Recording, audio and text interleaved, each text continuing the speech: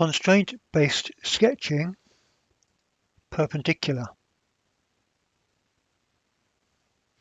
Let's start with 2 lines.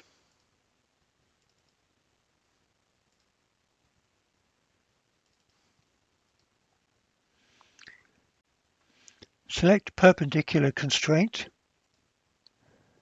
Select the target. Select the anchor object.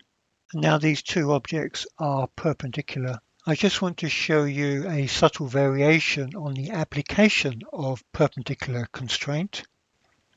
If I select this curve, but in this portion, so this half or even the actual curve end in this half, then when I select the anchor, this point remains fixed. And if I select this half of the curve, then that point will remain fixed.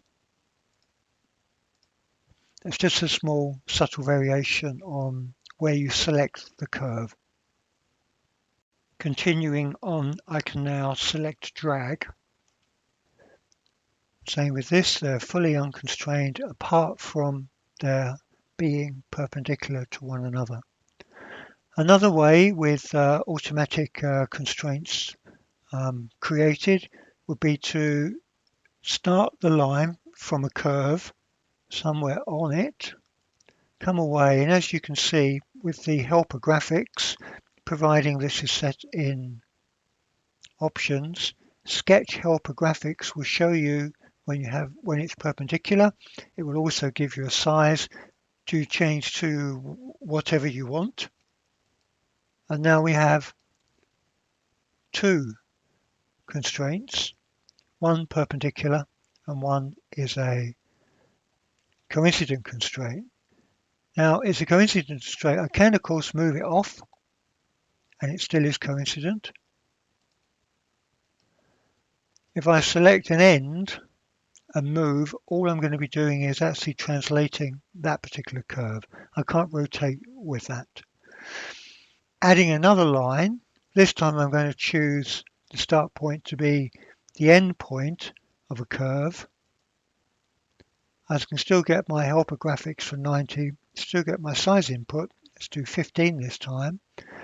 So this time my constraints would be perpendicular and coincident, except the coincident is referring to the curve end.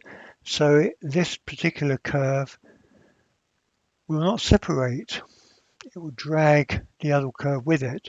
But this one, although it is coincident, it's on the actual curve itself, not at the curve end, so it can be dragged off the curve. But it still is coincident. If I move this curve end, it maintains its coincident with that line by moving that line with the curve end move. Let's just move it back. Now, with regards to rotation, that would have to be a box selection of everything, then a move, and then a rotation or a translation. Undo, undo. Now, with create constraints automatically on, you notice that this icon is next to the midpoint of the line.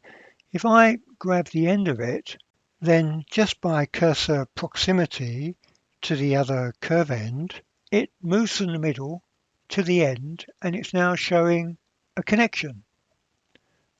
So that's a quick way to create constraints without having to individually specify and apply them. Another quick way to delete those constraints, cursor hover over the drop-down arrow, right-click, delete. And now that's removed all of the constraints, so I can just take that line off. No longer is it connected. I can move an end or select an end to move, and no longer is it perpendicular.